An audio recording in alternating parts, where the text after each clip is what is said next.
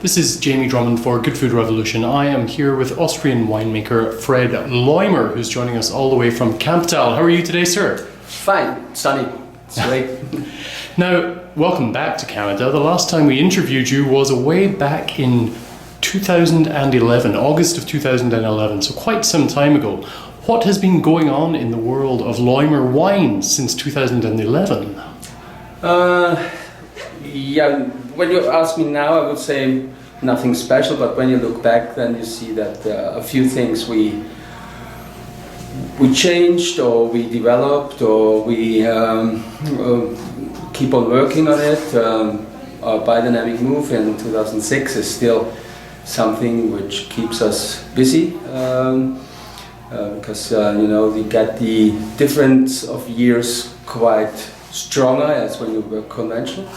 That's one thing, and we developed in Camptal the DSC system, which we hope it makes it easier for the customers in the future. Maybe it's complicated at the moment, and we also did something on our own portfolio. So we start again the sparkling, which we really like to do, and I think we are quite successful with the quality. So you had the sparkling program before, you left it for a while, and then you've come back into it again. Oh. Yeah, we started in '91. Right, I didn't realize that, I see. In '91, but this was a time where, it started with Windner sparklings at that time, and we didn't find, to be honest, a market at that time. So we said in '98, okay, let's stop it. But in the meantime, I think also the market changed for that. You see it on the grower champagnes, and you see it the sparklings in Germany and in Austria, and now Austria also take it very serious, the sparkling thing. So created a new quality pyramid with the classic, reserve, grand reserve, and yes, so we started again with 13. Have two non-vintages at the moment in the market, the Rosé and the Extra Bitter White, and we'll bring Grosse Reserve Langenlois in autumn this year. Now, for those people who are unfamiliar with your sparkling, which grapes are you using in there? The basic idea in 13 was use mainly red wine grapes, and so we tried with Zweigelt and Pinot Noir, and that turned out really good. So Pinot Noir is known for that, of course, but Zweigelt also works quite well. It's it's a grape with not that big tannins, which is important to get fruit, and no tannins for your basic wine, for the sparkling. And it's also a grape with really good pHs on a certain level of ripeness. So it worked quite well. But beside, we do also, of course, a Blanc de Blanc, which will be the Langenlois, and this is more or less Chardonnay only, a little bit of Pinot Blanc and Pinot Gris. And in 14, we also used Grüner Veltliner as the national grape for our white extra brut. But this we do only in some, let's say, rare years, because Grüner Veltliner is not a variety known for low pHs, and therefore we do it only when we get the right fruit.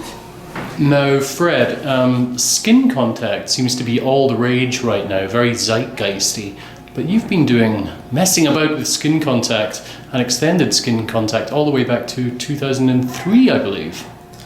Yes, so it's especially in the biodynamic scene, that's one of the things going on at the moment. The idea of minimizing sulfur use, and you need something else, so tannins in the whites, and therefore we do that.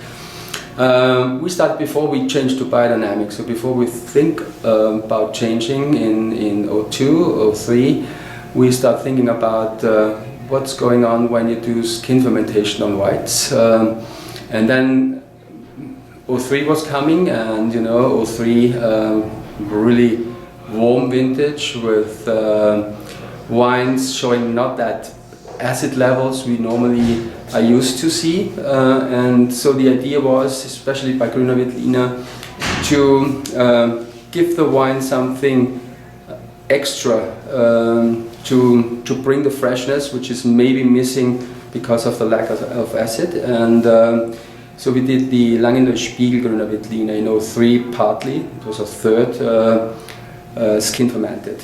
Only for a week, and then we blended it back and make the rest of the fermentation together. And it, at the beginning, of course, it was a wine which people were not so used to it. There was Grüner Veltliner with more tannins, as you normally know or see. And but now, when you take a bottle now, and even maybe 3-4 years later, it turns out that this was quite a good decision. So the Grüner Veltliner 3 Spiegel is quite fresh at the moment, and so the tannins helps a lot to do that. And then we didn't do anything in 2004 because it was a complicated year. But in 2006 we started again on skin fermentation, but then we did it 100% on a field blend, which we bottled, I think it was beginning of 2009 or something like that. 2 years without sulfur, so really, let's say, extreme. And now we're a little bit back, let's say, to normal. So we are not religion in it, so doing skin fermentation and no sulfur when we think it need a little bit, it get it. The idea is to bring something which is not only different, which maybe goes deeper, as you might know at the moment from mainstream wines, and skin fermentation can help to create something new. You've had a string of, shall we say, challenging vintages. What are the main challenges that you face in your region when it comes to producing quality wine? Yeah, so it seems that since we're working biodynamic, all the years are kind of extremes. I don't know if this has something to do with our work, but yes, especially in Kamptal, but all over Austria, we saw a lot of years now with natural things which are not funny for us. So it started with 10 a year, which was cold and wet, and it was really a fight for quality up to mid of November, and we lost a lot of quantity because of that. It was one of the smallest vintages ever. And then 11 with drought, and first year after 89 with late frost. Right.